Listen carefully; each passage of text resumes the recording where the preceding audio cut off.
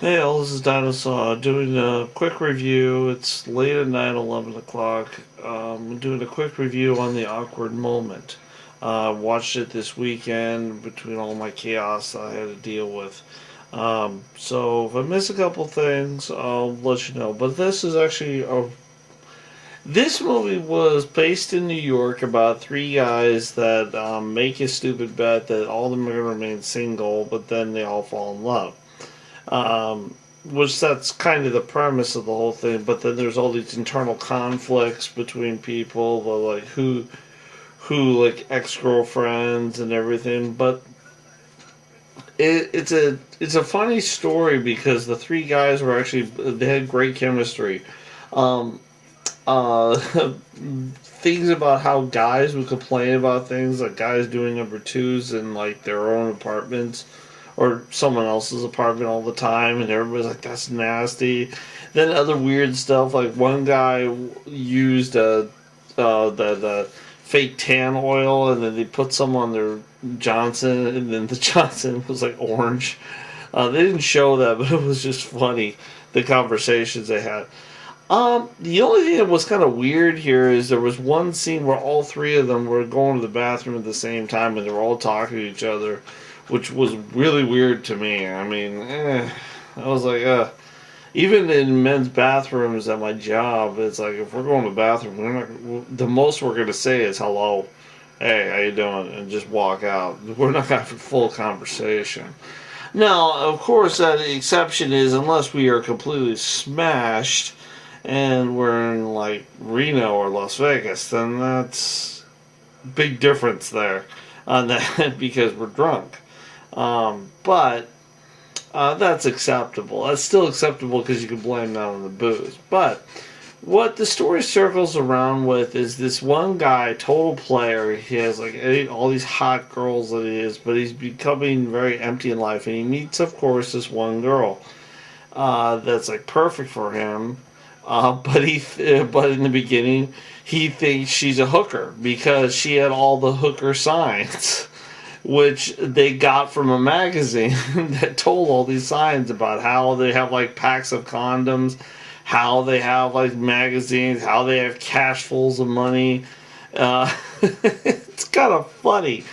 And how the girl wasn't a hooker, it's just she had a whole bunch of condoms because she didn't have a lot of sex in New York, which I don't know. To me, that's still like going wow, but that I'd even question that a little bit on that. But he realized this. But what he does is his career is that he does book covers. Well, what happens is this girl happens to write a book, and then who gets to do the book cover? The dude she slept with, Jason. Uh, so in a way, it was like a comedy of errors where just things kept going wrong, and there were other situations where people were like are falling in love, and they were not. It was like weird. There is one scene that's brutal on that where it's like in this case, true love kind of failed on that, whereas young true love kind of failed this guy, and you'll see that. I don't want to reveal that because that's really important to the whole movie, because it comes out of left field. It's really interesting how that came out, but they basically the whole thing twists around how this girl has this dream about buying this mansion in Gramercy Park in New York, which I've don't think I've ever heard of it, but now I learned something about New York about how this real estate development has their own private park, I guess, behind where you could walk in and you have the key for it because you're a resident, which is kind of a neat little thing. But anyway, they stole the key for it.